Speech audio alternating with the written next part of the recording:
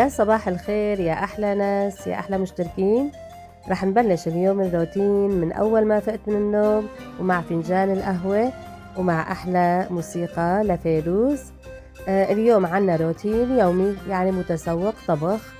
رح أعمل لكم طبخة مقالي، عجة وبطاطا وبندورة وصحن فتوش، وكمان رح أعمل لكم تحلاية حلا بسيط اللي هو رز بحليب. بس بالأول رح نبعت الصبايا يروحوا يجيبوا لي الخضرة والغراض، فخليكن معي وشوفوا الفيديو للأخير لأنه إله نازلة كمان على السوق يجيبوا لي المشتريات. وهون الصبايا كمان حبوا يبلشوا الصباح مع كاسة كابتشينو. طبعا أنا ما بحب أبلش صباحي غير بفنجان القهوة.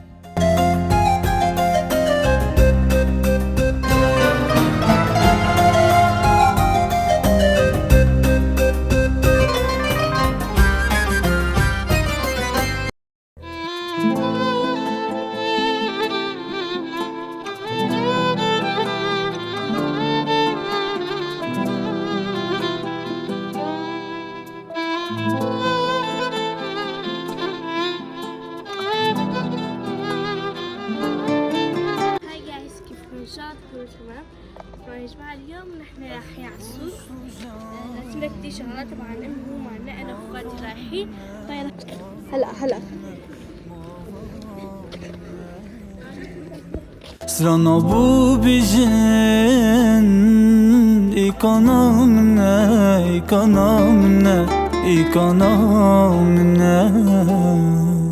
Evru geçtin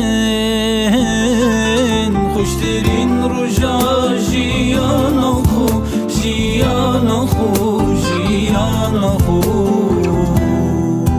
Pek ve derbaskin Emirujin Amrihu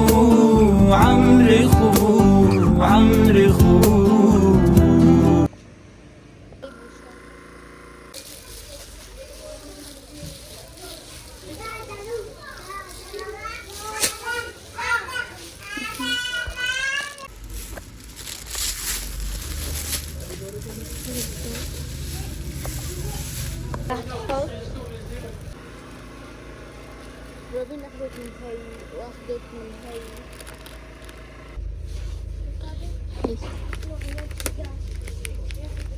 أتوقع هاي بناخدها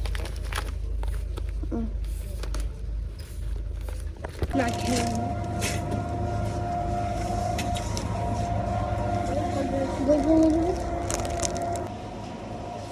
هلا شوفوا كاتبين 8 عناصر بس بألف. هلا عم نشوف هي كم 5. تعرفوا ما في كهرباء. رح نشوف شمعة إذا في ولا لا. كأني ما في. طلعوا تبع عيد ميلاد. شوفوا بس شغلات حلوين. شوفوا خلينا الشمع.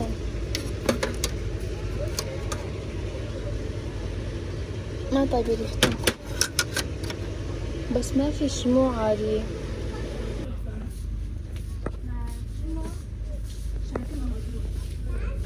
وين السكر؟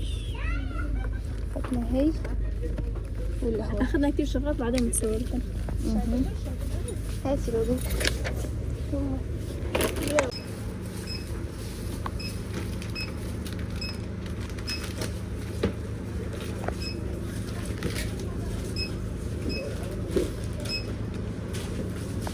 وهدول هن الأغراض اللي وصيت الصبايا جابوا لي إياهم من السوق. جبنا فروش، والصبايا جابوا لي فواكه. هون تفاح، موز، كرمانتينا أو هاي إيش بتقولوا لا يوسف أفندي ما بعرف، بندورة، بطاطا، وهدول أكلات شيبسات وبسكويتات للبنات. هلا خلينا أحط شوية فواكه هون بالصحن.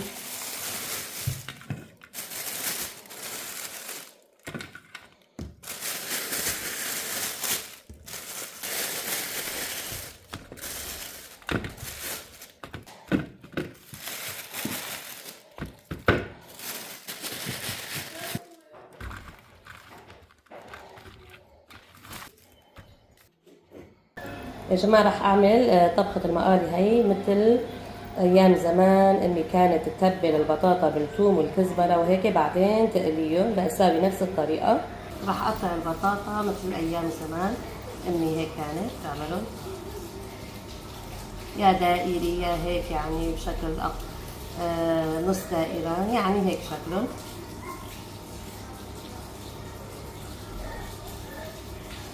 خليني أتبل. حطيت تحته شي مشان ما ينزل منه على هذا، شوية فلفل حمراء،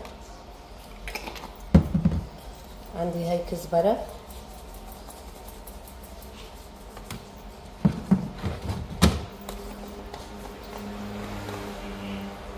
كمون، ملح، وطبعا الثوم.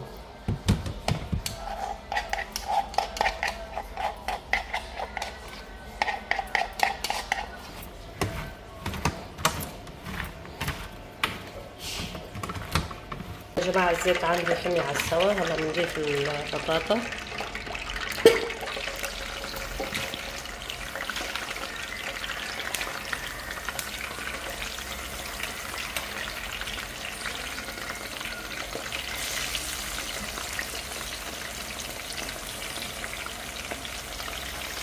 حاجة الكمية،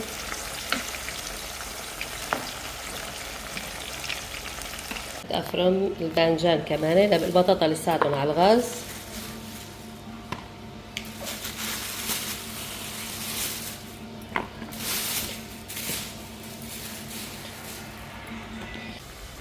وهي الباذنجان بغسلهم خليه يروح منه هيك شو اسمه وينشف على السوا. لبين ما اقلي البطاطا بكون هذا نشف، بحط له بس ملح.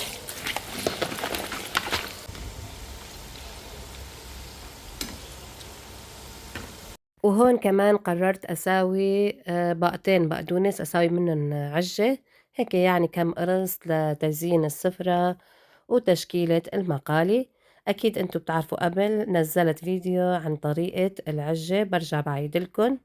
المهم كملوا الفيديو للأخير.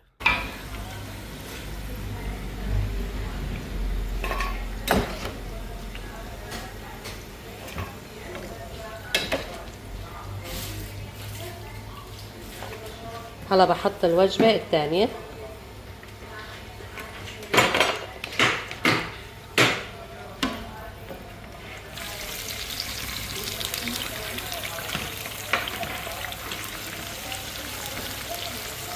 أقوم أفرم البقدونس كمان. يلا خليكم معي يا جماعة. جبت البصل كمان بعد ما فرمت البقدونس على شي باقتين عندي اياهم. ايوه جبت هدول بصلات وعندي توم، بحط شي 3-4 فصوص توم حاجة. هلا بفرمهم على الناعم وبعدين بتعرفوا طريقة العجة. أنا بقلي بورجيكم شلون رح أتبله.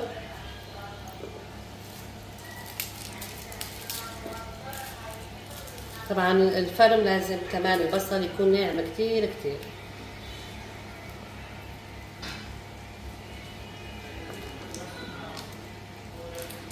طب خلينا افرم من هذا البصل احسن.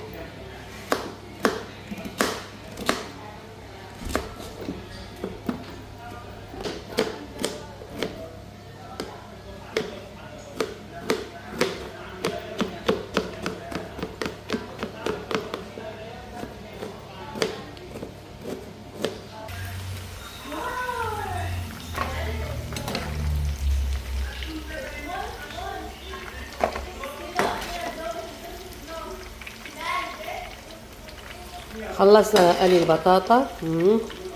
ريحة الثوم يا جماعة، الثوم المقلي كتير طيب.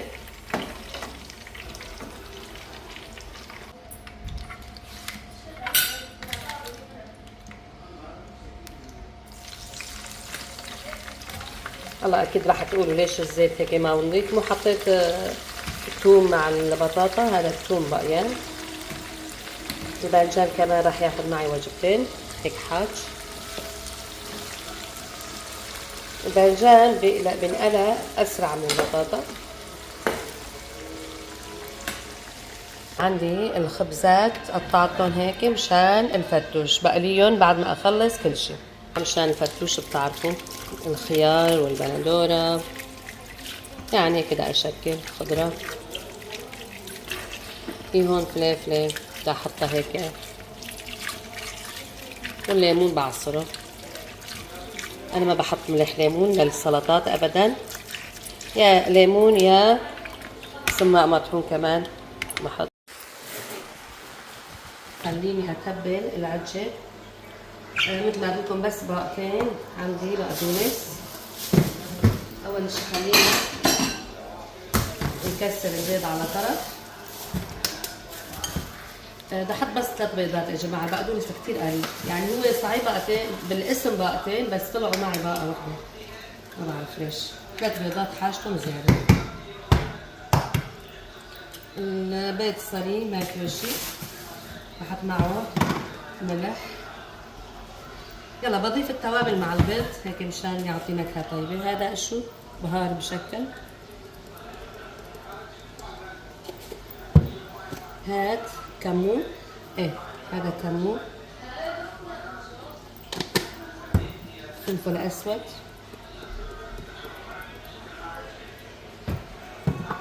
هات كزبره. الكزبره شوي بدي اكتر منه بيعطي نكهه اطيب. وحطيت ملح شيرة؟ لا حطيت. والله ايه. وهذا فلفل ناعم، فلفل ناعم يعني هم. هلا بخلطها على السوا. كمان ابدا بس. هلا خلينا طالع الباذنجانات يا جماعه.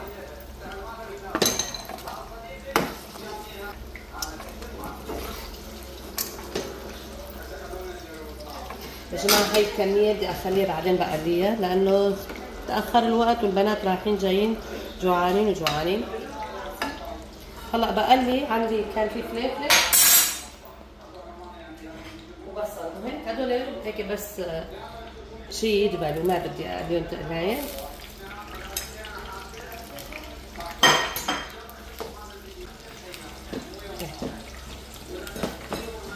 هدول كتير هيك نكهتهم طيبات مع المقالي يا جماعة، أكيد أنتم بتعرفوا هالشي. طيب خلينا هلأ نكمل العجة قبل ما ينقلب.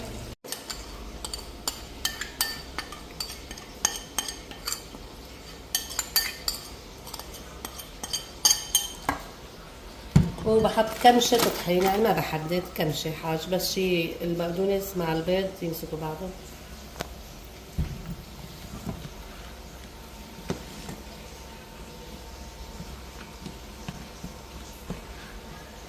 تبع البيض فيه توابل، حطيت شوية مي.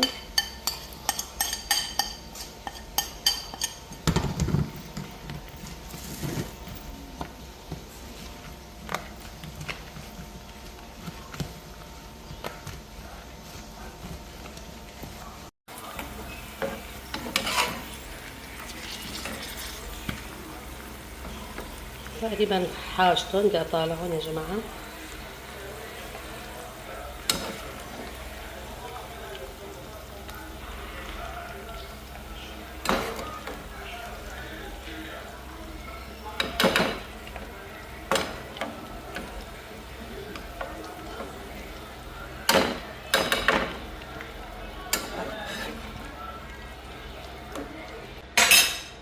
حطيت الخبزات مشان الفتوش اقليهم. خلينا نساوي العجة يا جماعة. انا بعد ما تبلته بعمله مثل الشكل الكروي وبحطه بالزيت، ما بحركه لحتى ياخد شكل. بعدين بقلبه على الطرف الثاني وش اسمه بضغط عليه بصير عندي قرص العجة.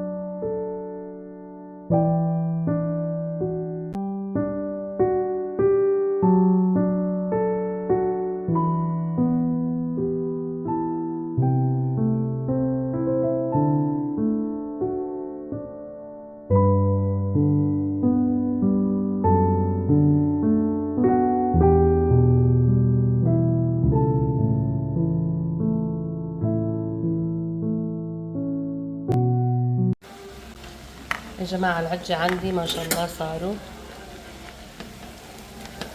حاجتهم هيك، بس شوي بده تحميرة خفيفة وبطالعهم وبحط الوجبة الثانية. الخبز المقلي يا جماعة. بس هذا الزيت؟ لا هذا شيء. ايه حاج ما تكتري لانه مقالي من غير شي يعني الخضرمو. هاي شو سماه؟ حاج كترت لي. روبين رايحة وجاية جوعانة والله معك حق بنتي. صارت الساعة 9 وطبختنا ما خلصت. هيك يا جماعة الفتوش صار جاهز. حطيه بالجاط وهيك حطي فوقه بس منظر كم هيك خبزاية مقمرة. هلا العجايات كمان. هي تاني وجبة، قليت أول وجبة.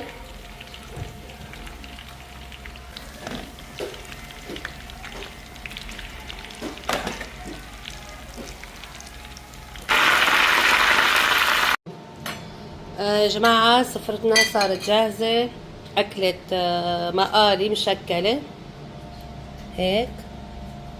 طبعا الكمية هاي مو كلها لسه في قدهم ما قاليتهم، بس هيك طلعت هالكمية خلي الأولاد ياكلوا. وعنا هذا الصحن الفتوش. اليوم حبيت أعمل لكم وصفة كتير بسيطة وسهلة الكل بيعرفها، بس بدي أعملها على طريقتي أنا. بدي أساوي لكم رز بحليب. هي الوصفة عنا معروفة بسوريا. ما بعرف إذا أنتم كمان بأي دولة مثلا أو منطقة عم بتتابعوني، حطوا لي بالتعليقات إذا عندكم هي الوصفة.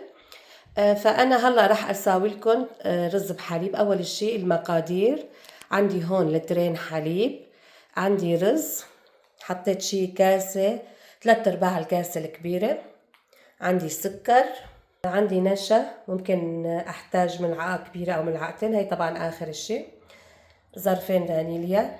انتوا إذا ما بتحبوا نكهة الفانيليا كتير مثلا فيه حطوا بس ظرف واحد. وعندي ماء الزهر، فستق حلبي للتزيين. طبعا التزيين بوقف على حسب الرغبة، ممكن جوز الهند، ممكن القرفة، ممكن أي نوع من المكسرات.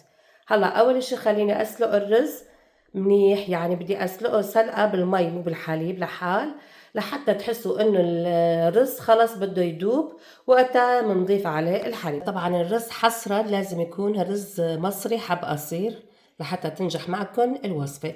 رز الحب الطويل بنصحكم ما تجربوا لأنه أكيد رح ينفش كتير ومنظره أصلا ما رح يطلع أبدا، يعني كويس. منظر ما رح يطلع ولا طعمته طيبة برز بحليب.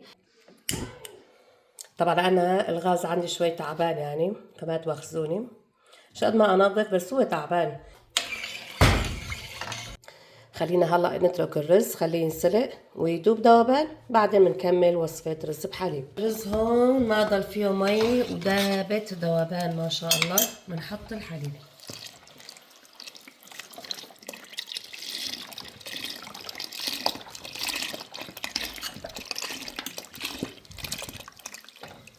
هاي لتر،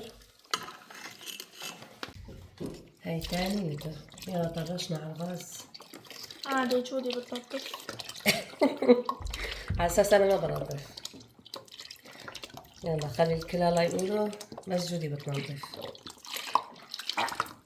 الغاز يعني هونيك مين بينظف؟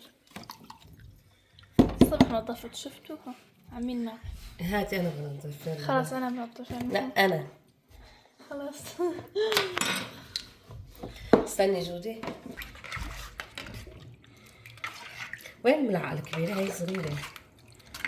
المهم هلا بس صار الحليب يعني يغلي بنوطي تحته الغاز، بنحط فيه السكر والمنكهات وبنوطي تحته الغاز لآخر مرحلة. وقبل ما طفيها شي بدقيقة بدوب شوية نشا لحتى يتماسك المزيج على السوا، وبتصير عندي بتحصلوا على أطيب رز بحليب.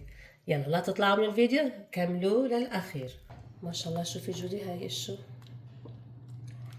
بالكردي بنقول قيموق. هاي بتتشكل طبقة على الحليب كتير طيبة ودسمة. هلا بحط له سكر، طبعا السكر حسب الرغبة. أنا بدي أحط شي كاسة كبيرة ولأن لترين. ماء زهر نكهتها طيبة طبعا. حاج أنا بدي أضيف ظرفين فانيليا، أنتوا حطوا بس ظرف إذا بدكم ما بتحبون فانيليا، بس أنا كتير بحب الفانيليا. طيبة ما خاصة مع الحليب ووصفات الحليب. مع القطرة كمان. مع كل شيء، بالديفورات معجنات. هلا بتركه كمان لسه بده. طبعا نحن كنا عم نصور، فكرنا انه كان عم بتصور، بس للاسف وقت حطيت النشا المقطع ما تصور معنا، فانا دوبت ملعقه كبيره نشا بفنجان مي وحطيته فوق الرز بحليب، وهلا هيك حاج بطفي الغاز وراح اضيء هذا. شوفوا هيك قوامه لازم يكون، شايفين؟ هلا بصبهم بالزبديات اللي عندي. شوفوا ما شاء الله قوام الرز بحليب، هيك بدنا اياه يكون. هلا بنحطه الزبديات.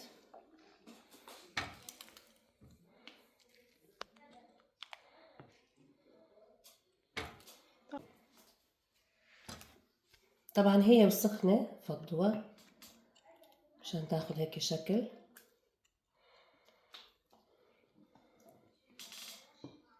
بس بخاف ينكب. شفتي انكب معي. يلا مي مشكلة، بعدين نمسحها. يلا هاي كمان.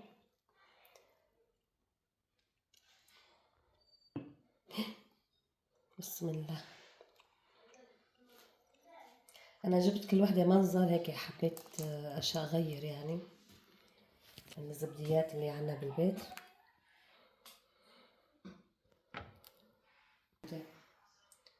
يا رب ها.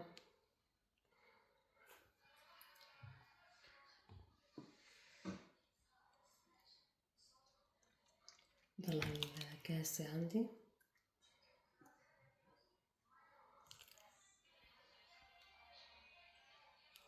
يلا هلا بزينه. عندي هون فستق حلبي.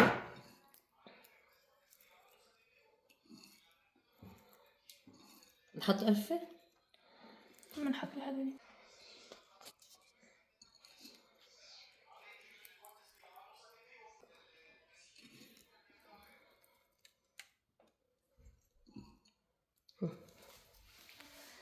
إذا بدكم حطوهم بالبراد، بس أنا ما بدي أحطهم، ما في داعي، الجو ما شاء الله بارد، بعد ساعة بيبردوا. يلا.